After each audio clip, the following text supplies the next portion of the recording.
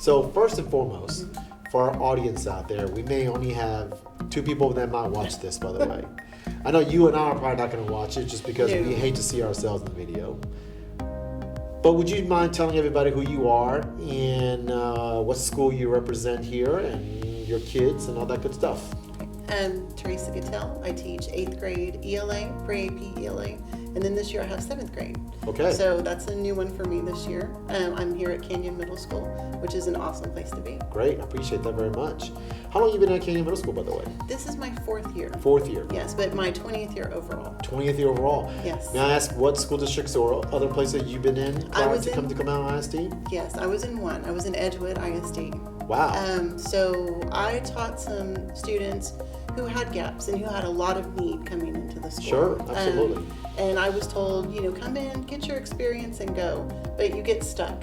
You get attached to your community because it is a very small community and there's a lot of needs. So you feel bad not being there. But it was time. It was time to move, and I came here, and I'm so happy I did. Well, I really appreciate you being here in our school district. We're always looking for great people to be part of our school district, so we appreciate it. So, what's the first thing you noticed about the difference between where you were before to Comal Independent School, especially here at Canyon Middle School? Right. Well, just the professionalism of how everything is run, how it's set up for you. When you're there, you're almost doing it in the dark. So good teachers, they magically can manage.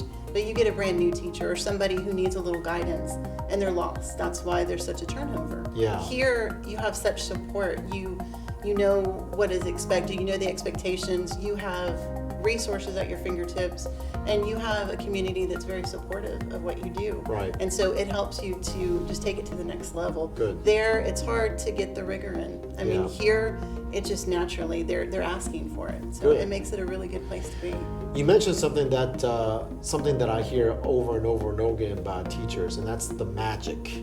Yes. And great teachers obviously have that magic.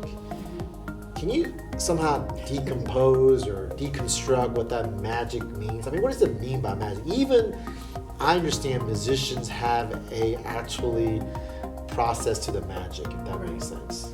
It's that ability to get your kids interested. Like I've told other people, yes, you need to know what your standard is. Yes, you need to know your students. You need to teach with the end in mind. What does mastery on this look like? But what you really want to hear is after a couple weeks of school, what are we reading next? And they get excited because then you have them. It doesn't matter what you put in front of them from that point on, you have them involved, you have them engaged, you have them turned on in your classroom. And they just never know what to expect. Yeah. And that's so engaging for them. When you designed for that, because what do you go about and how do you go about designing for that? I mean, for me, I'm always curious about, do you do that on the weekend? Do you do that on Friday night? When do you make that sort of thing work? When do you cook to get this thing going? It's for lesson all the design? time. It's all the time. My husband will, why do you have your phone on at 2 o'clock? Because I had a thought in my head and it needs to go into my phone right now. Yeah. My partner teacher and I were texting constantly over the weekend. Hey, I just had this idea. What do you think about doing this? And having somebody to work with and collaborate with. I mean, you can start with a level here and then they bring in that next level for you. So even though, you're an experienced teacher, bouncing your ideas off of somebody, bringing somebody in new, it just takes whatever you're doing to the next level. Do you think that, our school district, we really try to push and promote teamwork as adults, as teens? Yes. Does that help out in that regard then? To have some partner, I guess you talked about? It's the biggest thing. And some people say, well, I want to do my thing, but you don't understand. If you talk to somebody else, your thing will get better. Yeah. I mean, and it doesn't even have to be somebody in your department. We had, people from support services come over. We had somebody who was in charge of instructional technology, and they pushed our level higher. And just because you need different ideas, and your brain doesn't necessarily go all the places that it could go. Right. But somebody else kind of opened those doors for you. So when you talk about ideas flowing constantly, 24 hours, 7 days a week, but is there some formal times when you actually do the bulk of the work by any chance? During our CTCs, Do you? and really, if you have a good partner, you're meeting every single day during your planning time. If you're in the copy room, you're together, you're talking while that copy machine is running. Yeah. So, And just for our audience, CTC stands for our Collaborative Teacher Cycle Time. yes. And has that been useful as a time period that you guys get together? Yes, it's very useful. And how many times do you meet in a given time period? Formally once a week. Once a and you week. have your administrator in there, and you also have your CICs in the room. So you can bounce ideas off of them. You can talk to them about, well, how do I differentiate for these students? But really, the planning takes place every day. We have planning where we're off together, which is very useful. Okay. And so we're able to design our lessons, talk about what are we going to do next, go talk to other teachers about collaborating with them, and it's just a good process. So you see a difference between lesson planning separately of the CTC, am I right? Or is it just a continuation? It's a continuation. It's a continuation of that. Yes, yes. You know, if I was a brand new teacher, what advice would you have me for me to prepare for the CTC process? My first day on the job, first day CTC, what would you advise me beforehand to say, Andrew, you need to be prepared to do this? I would have your students know where your students are at. I would have what it is that you need to teach, your objective. And then that's where the ideas come. Okay, I know I need to teach this TEK this week. What can I do? How can I get these kids involved and interested? And then you go out and you find something that you enjoy, because if you like what you've picked, they're going to like what you've picked. Such as Today, we read The Lottery by Shirley Jackson. Okay. And just to make it interesting, we had a lottery. We have a black box over there, and we Yeah. did our own lottery. And now they're like, what are we doing next? So You'll see. So in some sense, you're thinking ahead, Yes. and then you're thinking backwards, Absolutely. and thinking ahead, and then thinking backwards. Yes. Constantly trying to figure out Yes. resources and different things to make things work. Yes. And also, what kind of a little hook? I mean, the lottery that we did in class took maybe 10 minutes tops. And it was for fun, but it got them so excited about reading it and talking about the story, and then the writing. Yeah. If you get them talking, you will get them writing. So That's a great point. yes, I mean, that's where all your writing comes from. You read something together, you're like, okay, what thoughts do we have? Wait, don't say anything. Write down on your paper first. You've got something written, great. Now we can talk about it, because I know you're dying to say what you've written. Right. And that hooks them. If you could make the CTC process better, what needs to take place within that time period do you think that could make it better, or just to make it better? I mean, is there any suggestions for me about that? Well, as far as the lesson planning goes, I think it's perfect the way it is.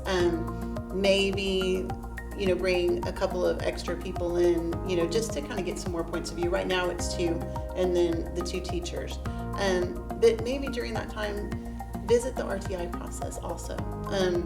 I don't think we have a specific time set up for RTI, but that would be a good place to discuss while you're talking about differentiation. Bring that piece in.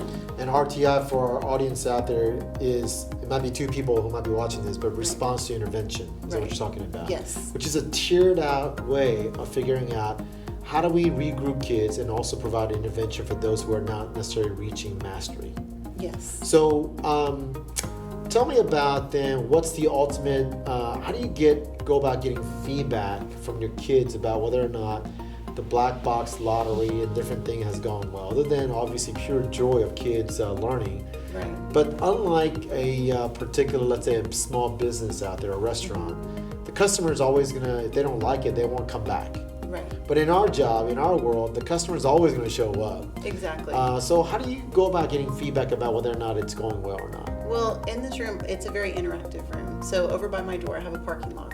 On my desk, I have sticky notes and I have pencils ready to go. If they want to put something up there, that's fine. They put their name on the back and they stick it up at any time. Sometimes we'll do a formal, hey, I want to know what y'all are thinking this week. Let me know. I want feedback. I want real. So your students know that about you? Oh, yes, absolutely. And I told them, if you Isn't have that scary? Not at all.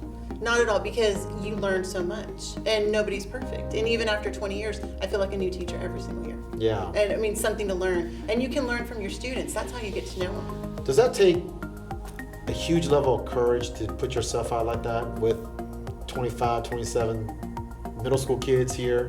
Before I did it, you would think yes. Yeah. And then I did it and I realized they're not gonna, hack you into little pieces on the board. They won't do it, especially if they're accountable for what they say. Right. And as long as you give them parameters, okay, I will take your dislikes. I will take every single one of them, but you need to be specific. If you're going to say, oh, I don't like this, I don't like it because what? And what can we do? Right. I need to know, how can I reach you? What can we do instead? If you didn't like that, what's your suggestion? And then it becomes more valuable for them when they see me actually implementing the things that they said. Yeah. So. When you design these great lessons, just like you're describing here, do you repeat that year after year, or does it have to be something new every time, you think? How does that work? It's a mix. There are some things that we repeat, not a whole lot. It just depends on the students you have. They change every year, but we're constantly doing immediate reflection. I know, but aren't you afraid that you're going to run out of ideas? No.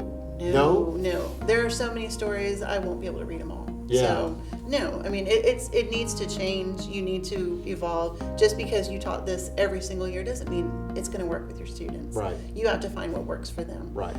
But there's constant feedback. If you do bring it back, okay, I liked that piece, but we didn't hit the rigor. Yeah. What are we going to do to include a writing piece? What are we going to do to get critical writing out of it? Right. So it's always okay, let's move on and let's see how we can adapt it.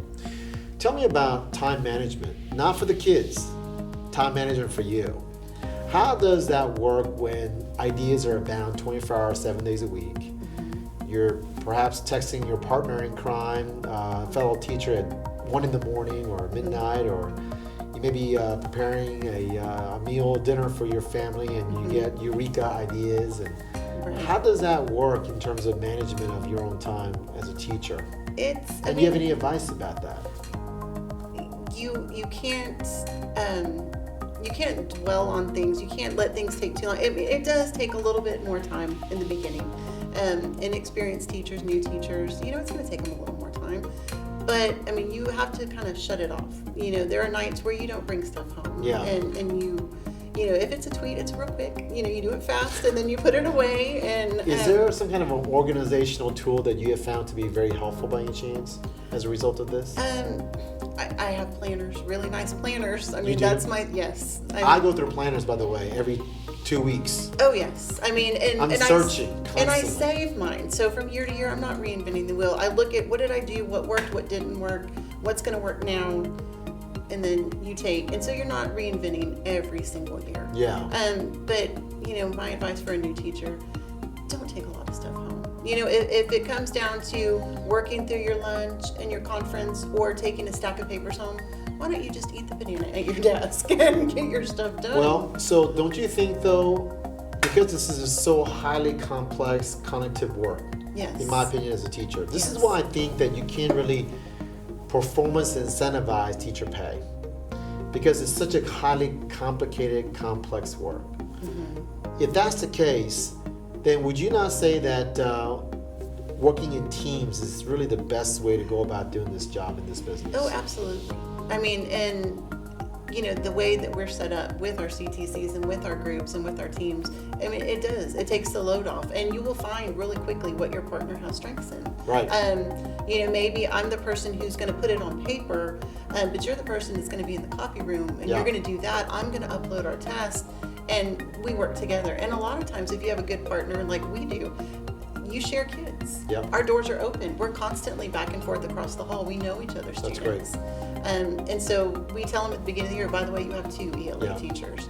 And so, we share the workload, we share our responsibilities, and that does help out a lot. Can I ask this? This may be a question, maybe I don't know, but what's been the toughest critical feedback that you received from your partner about your teaching or from a student that really just was like, ugh, and then, but at the same time, you realize that that's something that you need to hear? When I started the parking lot, I was told that, why do we always use this form to respond to literature? We were given graphic organizers, use this, and I wasn't varying it up enough. And I was giving them the same thing, and they're like, really, again? We have to do this again? And I realized, there's different ways. So I have a class tweet board now. You want to respond to literature? Go put a tweet on the board. Oh, you want to, but they're doing the same thing. Yeah. But they different. think they're having fun. So, Just a slight change, right? Yeah, that's the magic. I vary how we do it. Okay, now get up and find somebody with the same shoe as you, and then you go and talk about what you've written on your paper.